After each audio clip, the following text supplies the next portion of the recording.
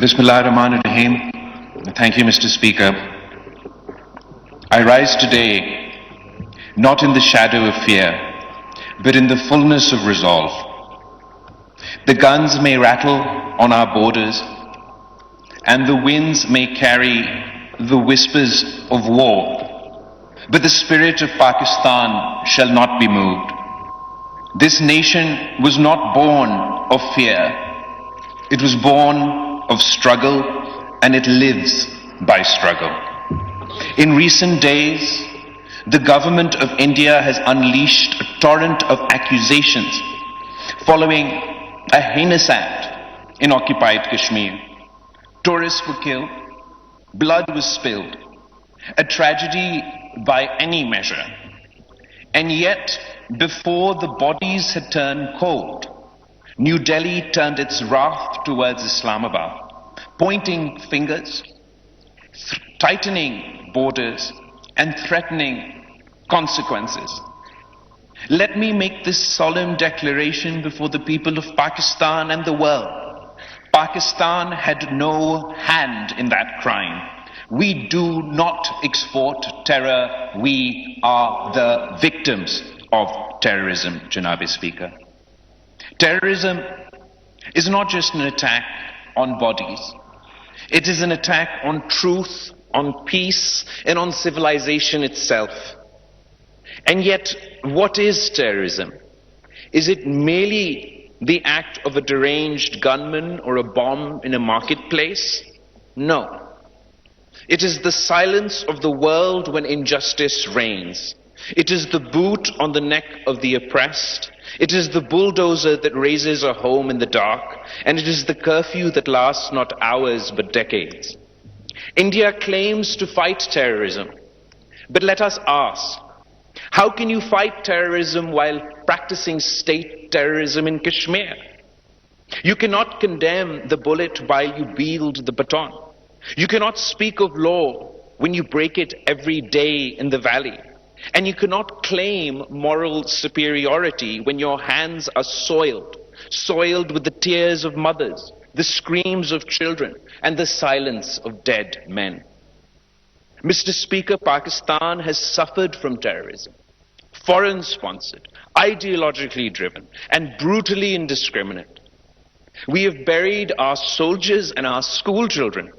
We have stood alone, bleeding, while the world averted its gaze.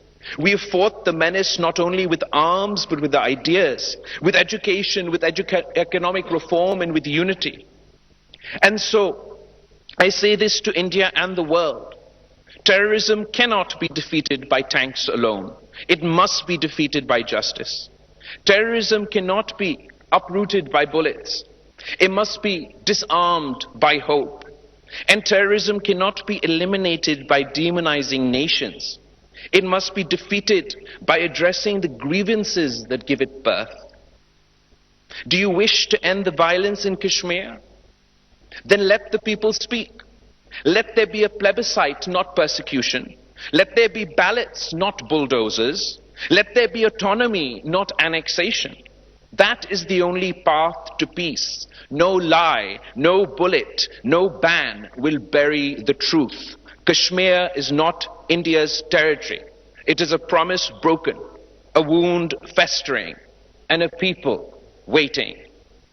India expects 200 million people of Pakistan to account for the actions of terrorists they are still unable to name, while India has yet to account for Kulbhushan Yadav, whose name and rank within India's armed forces is on the record. India's accusations that Pakistan is involved in terrorism is stale, based on history, not on ground realities, based on fiction, not on fact. India has become the boy that cries wolf in South Asia, Mr. Speaker.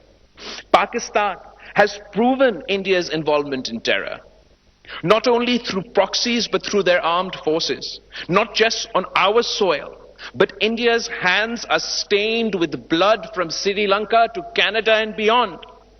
India must abandon terrorism as a tool of its foreign policy.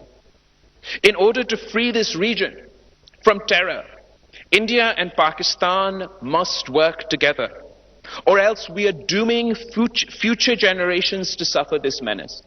The Prime Minister's challenge to India for an impartial investigation is a start. Why would a true victim of terrorism shy away from accountability? Unless they are worried that the world will see that the real blame for the bloodshed in Kashmir lies in Delhi and not in Islamabad. Mr. Speaker, India's suspension of the Indus Water Treaty is not a punishment for Pakistan, it's a crime against humanity. It is the politicization of water, the criminalization of nature. What madness is this? That you would threaten the food and livelihood of millions for a grievance that lies within your own borders. And let us not forget what flows through these waters. The Indus is not just a river. It is a cradle of our civilization. Long before Delhi rose, before empires were carved and borders drawn, there stood Mohenjo-daro and Harappa. The Indus Valley civilization shared by both our peoples was one of the first lights of human progress. It birthed systems of urban planning, irrigation, agriculture, trade, communication. It did not divide, it connected. It did not conquer, it cultivated. That river, Mr. Speaker, watered both our ancestors. Its flow runs not only through our lands but through our blood. And now India threatens to dam it with anger and a thirst for vengeance. But the Indus is not theirs to command. It belongs to nature. It belongs to the covenant of peace. It belongs to all of humanity that draws life from it. Pakistan will defend that river, not only for its own sake, but for the memory of a civilization that predates this bitterness. To weaponize the Indus is to betray our shared past. To uphold the treaty is to honor that ancient wisdom which taught us to share what sustains us. Let it be known you can divert rivers, but you cannot drown our will. Every drop that flows from the Indus has written in it the courage of Pakistani farmers, the sweat of our workers, and the blessing of Allah. Let no one mistake our restraint for weakness. The Pakistan armed forces are vigilant, resolute, and prepared. Our skies are guarded. Our borders are sealed by valor. Our nation stands united from Karachi to Khyber, from Lahore to Larkana.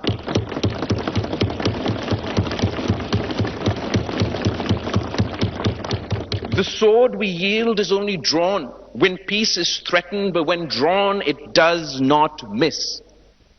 And to the people of Pakistan, I say, this is not a time for despair. It is a time for resolve. We have faced darkness before, and we have emerged into the dawn. Our enemies hope to fracture us, but we must stand as one, civilian and soldier, worker and scholar, Muslim and non-Muslim, Sindhi, Punjabi, Baloch, Pashtun. We are Pakistan, a single heartbeat, a single cause.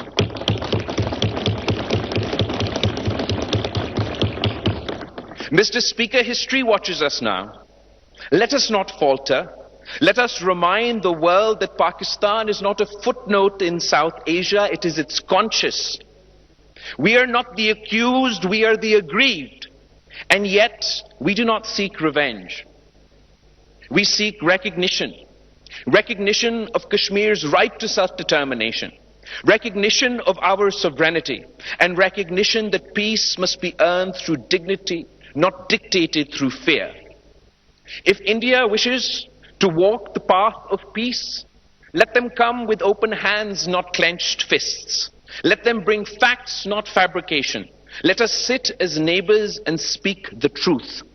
And if they do not, if they continue to howl in anger and march in madness, then let them remember the people of Pakistan are not made to kneel.